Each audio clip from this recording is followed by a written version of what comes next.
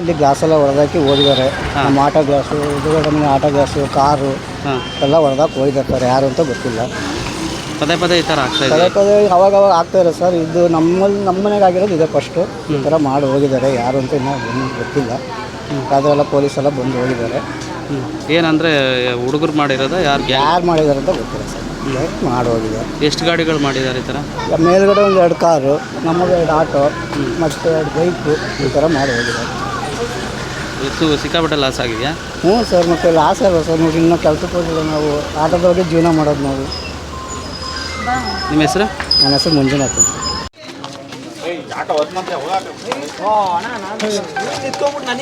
ಶಿಕ್ಷಣದಿಂದ ಸಂಬಂಧಪಟ್ಟಂಥ ಅಧಿಕಾರಿಗಳ ಬಗ್ಗೆನೂ ಕೂಡ ಕ್ರಮ ತಗೊಳ್ಬೇಕು ನೀವು. ಮೊನ್ನೆ ಗೃಹ ಮಂತ್ರಿಗಳು, ಮೊನ್ನೆ ಮುಖ್ಯಮಂತ್ರಿಗಳು, ಇಲ್ಲಿರುವಂಥ ಜಿಲ್ಲಾ ಸಚಿವರು ಬದುಕಿದಾರೋ ಏನಾಗಿದ್ದಾರೆ ಗೊತ್ತಾಗ್ತಾ ಇರೋಂಥ ಸ್ಥಿತಿ ನಿರ್ಮಾಣ ಆಗೋಗ್ಬಿಟ್ಟಿದೆ ನಮಗೆ. ಕೊಲೆಗಳ ಮೇಲೆ ಕೊಲೆಗಳು ನಡೆದಿದೆ ಶಿವಮೊಗ್ಗದಲ್ಲಿ. ತಲವಾರುಗಳನ್ನು, ಹತ್ಯಾರಗಳನ್ನು ಇಟ್ಕೊಂಡು ಇವತ್ತು ಕೊಲೆ ಮಾಡಿರುವಂಥದ್ದು ಶಿವಮೊಗ್ಗ ನಗರದಲ್ಲಿ ನಡೆದಿರುವಂಥ ಘಟನೆಗಳನ್ನು ಇದನ್ನು ಉಲ್ಲೇಖ ಮಾಡಿದ್ದಾನೆ ಹಿಂದೂ ಕೂಡ. ಅದಾಗಿ ಕೆಲವೇ ದಿನಗಳಲ್ಲಿ ಮತ್ತೆ ಆನಂದಪುರದೊಳಗಡೆ ತಲವಾರುಗಳ ಜಳಪಿಸ್ತಾರೆ. ಹೊಸಮನೆ ಅಂತ ಜಾಗದೊಳಗಡೆ ಇವತ್ತಿನ ದಿವಸ ಮತ್ತೊಮ್ಮೆ ಈ ರೀತಿ ಕೃತ್ಯವನ್ನು ಮಾಡಲಿಕ್ಕೆ ತಯಾರಿದ್ದೇವೆ ಅಂತೇಳಿ ತೋರಿಸೋ ಕೆಲಸ ನೆನ್ನೆ ಮಾಡಿದ್ದಾರೆ ಅಂತೇಳಿ ನಾನು ಅಂದ್ಕೊಳ್ತೇನೆ. ಬರ್ತ್ಡೇ ಹೆಸರಿನ ಒಳಗಡೆ ಈ ರೀತಿ ಕೆಲಸ ಮಾಡುವಂಥದ್ದು, ನಾಗರಿಕರನ್ನು ಭಯಭೀತಗೊಳಿಸುವಂಥದ್ದು, ಗುಟ್ಕಾ, ಗಾಂಜಾ ಎಲ್ಲವನ್ನು ಕೂಡ ನಾವು ಮಟ್ಟ ಹಾಕ್ತಿದ್ದೇವೆ ಅನ್ನೋಂಥ ಮಾತನ್ನು ಹೇಳಿದ್ದೀರ ನೀವು. ಆದರೆ ಇಲ್ಲೇ ಹೆಂಗೆ ಸಿಗತ್ತೆ? ಹೊಸಮನೆಯಲ್ಲಿ ಹೇಗೆ ಸಿಗತ್ತೆ? ಬೇರೆ ಬೇರೆ ಕಡೆ ತೊಗೊಂಬಂದು ಇಲ್ಲಿ ಹೇಗೆ ಮಾರಾಟ ಮಾಡ್ತಾನೆ? ಹಾಗಾದ್ರೆ ಅವನು ಮಾರಾಟ ಮಾಡೋನು ಎಲ್ಲದಕ್ಕೂ ಕೂಡ ತಾವು ಜವಾಬ್ದಾರಿಯಿಂದ ಹೇಳಿಕೆಯನ್ನು ಕೊಡಬೇಕಾಗತ್ತೆ. ಮಾನ್ಯ ರಕ್ಷಣಾಧಿಕಾರಿಗಳು ಕೂಡ, ಗೃಹ ಇಲಾಖೆ ಇದನ್ನು ಗಂಭೀರವಾಗಿ ತಗೊಳ್ಳೋದಾದ್ರೆ ಮುಂದಿನ ದಿನಗಳಲ್ಲಿ ಯೋಚನೆ ಮಾಡುವಂಥ ಸ್ಥಿತಿ ನಿರ್ಮಾಣ ಆಗಿದೆ ಶಿವಮೊಗ್ಗದಲ್ಲಿ. ನಿಮ್ದೇನು ಉದ್ದೇಶ ಹೇಳ್ಬಿಡಿ. ಶಿವಮೊಗ್ಗ ಶಾಂತಿಯಿಂದ ಇರಬೇಕು ಅಂತ ಆಸೆ ಇಲ್ವಾ ನಿಮಗೆ? ಹಾಗಾದ್ರೆ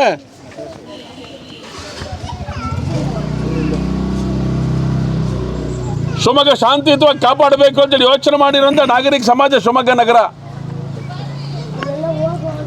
ಈ ರೀತಿಯ ಗೂಂಡಾವರ್ತನೆ ಹತ್ತಿಕ್ಕದೆ ಹೋದರೆ ಪೊಲೀಸ್ ಇಲಾಖೆ ಯಾಕೆ ಬೇಕು ನಮಗೆ?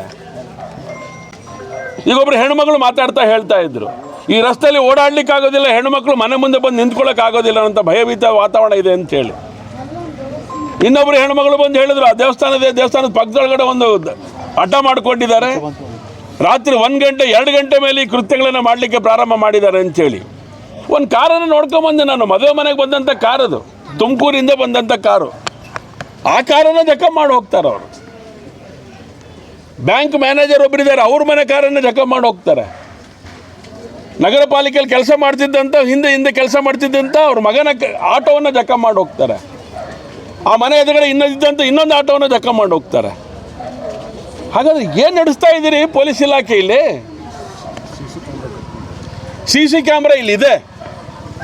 ನೆನ್ನೆ ನಡೆದಿರೋಂಥ ಘಟನೆ ಈ ಕ್ಷಣದ ತನಕ ಬಂದು CC ಕ್ಯಾಮ್ರಾದೊಳಗಡೆ ಏನಾಗಿದೆ ಅಂತೇಳಿ ತಾವು ನೋಡಬೇಕು ಅನ್ನೋ ಜ್ಞಾನನೇ ಇಲ್ವಾ ಪೊಲೀಸ್ ಇಲಾಖೆಗೆ? ಪ್ರಶ್ನೆ ಕೇಳಿದ್ರೆ ನಮಗೆ ವಾಪಸ್ ಮಾತಾಡ್ತೀರಿ ಫೋನ್ಗಳಲ್ಲಿ. ಈ ಘಟನೆ ಆಗಿದೆ ಅಂತೇಳಿ ನಾವು ಪರ್ಸಲ್ಲಿ ಹೇಳಿದ್ರೆ ವಾಪಸ್ ನಮ್ಮ ಹತ್ರ ಮಾತಾಡ್ತೀರಿ ನೀವು. ಇದನ್ನು ನೋಡ್ಕೋಬೇಕು ಸರಿಯಾಗಿ ಅಂತೇಳಿ ಜ್ಞಾನ ಇಲ್ವಾ ನಿಮಗೆ ಅಂತ ಕೇಳೋಕ್ಕೆ ನಮಗೆ ಅಧಿಕಾರ ಇಲ್ವಾ? ಹಾಗಾದರೆ ನಾಗರಿಕರ ಸಮಸ್ಯೆ ಪರಿಹಾರ ಮಾಡುತ್ತಾನೆ ಚುನಾಯಿತ ಪ್ರತಿನಿಧಿ ಇರುವಂಥದ್ದು. ಬೇಜವಾಬ್ದಾರಿತನದ ವರ್ತನೆ ಈ ಕ್ಷಣದಿಂದ ನಿಲ್ಲಿಸಬೇಕು. ರಕ್ಷಣಾಧಿಕಾರಿಗಳು, ರಕ್ಷಣಾ ಇಲಾಖೆ ಅಧಿಕಾರಿಗಳು, ಗೃಹ ಇಲಾಖೆ, ಗೃಹ ಮಂತ್ರಿಗಳು ತಕ್ಷಣದಿಂದ ಪರಮೇಶ್ವರ್ ಅವ್ರ ಬಗ್ಗೆ ಗೌರವ ಇದೆ, ಬನ್ನಿ ಶಿವಮೊಗ್ಗಕ್ಕೆ, ಎಲ್ಲೆಲ್ಲಿ ಏನೇನು ಸಿಗತ್ತೆ ಅಂತೇಳಿ ಹೇಳ್ತೇನೆ. ಒಂದು ಮಾತನ್ನು ಒಬ್ರು ಹೇಳಿದ್ರಿ ಇಲ್ಲಿ, ಅದಕ್ಕೆ ಸಾಕ್ಷಿ ಕೇಳ್ತೀರಿ ನೀವು. ಏನು ಹೇಳಿದ್ರು ಗೊತ್ತೇನು?